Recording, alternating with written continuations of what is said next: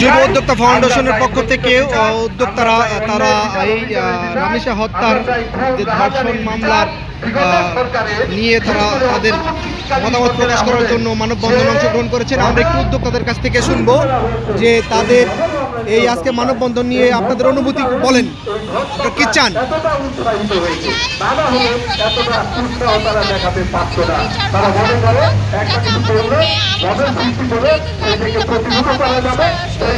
তারা একটা অবস্থান নিতে পারবে। আমরা এই সমস্ত বিষয় থেকে ধরে থাকতে চাই। সরকারের কাছে আমাদের একটি দাবি হলো এই যে ধর্ষকের নিয়মমাফিক বিচার, আইনানুগ বিচার। আমরা অন্য কোনো বিষয় চাই না।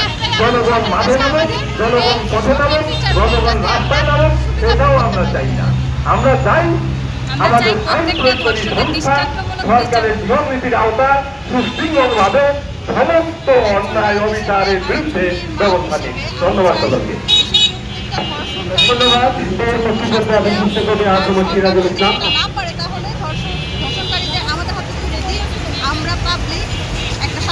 সম্মানিত উপস্থিতি, আমি তাকে স্কুলে পাঠাতে ভয় পাই। আসিয়ার ঘটনা হওয়ার পর আমি বেশ কিছুদিন স্কুলে পাঠাই নাই।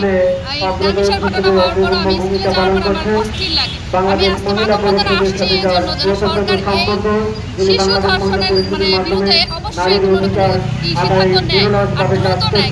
কেন আমার বাচ্চা তো মারাই গেছে, তারপর যে ধর্ষণ করলো কেন সে এতদিন ধরে জীবিত থাকবে? দিনের পর দিন তার জন্য আমার কেস লড়তে আদালতে যেতে হবে।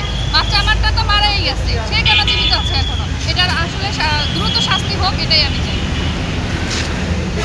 রেপিস্টকে খুন করা খুব দ্রুত সিদ্ধান্ত নেওয়া হোক, দৃষ্টান্তমূলক সিদ্ধান্ত নেওয়া হোক। বিচার উনি তো নিজেই স্বীকার করছে, উনি যে অন্যায় করছে, দূষণ করছে, উনি স্বীকার করছে না। স্বীকার করার পরেও উনি এখনো জীবিত কেন? যদি সরকার সরাসরিভাবে আইনি কঠোর ব্যবস্থা না নিতে পারে তো জনগণকে ছেড়ে দিন।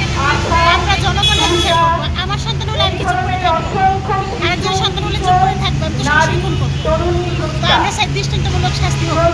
ওদের মধ্যে আমাদেরকে এই থেকে শিশু দর্শন থেকে আমাদেরকে অন্তত রেহাই দেয়। একজনকে ফাঁসি দিতে আমরা সবাই মিলে এর বিচার চাচ্ছি। ধন্যবাদ।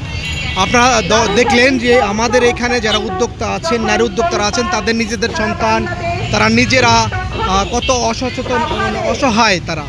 তাই আমরা সরকারের কাছে দৃষ্টি আকর্ষণ করব যে অবশ্যই যেন এই শিশু হত্যা ধর্ষণকারীর বিচার খুব দ্রুত হয় আর ভবিষ্যতে যেন এই ধরনের হত্যার শিকার কোনো সন্তান না হয়। ধন্যবাদ সবাইকে।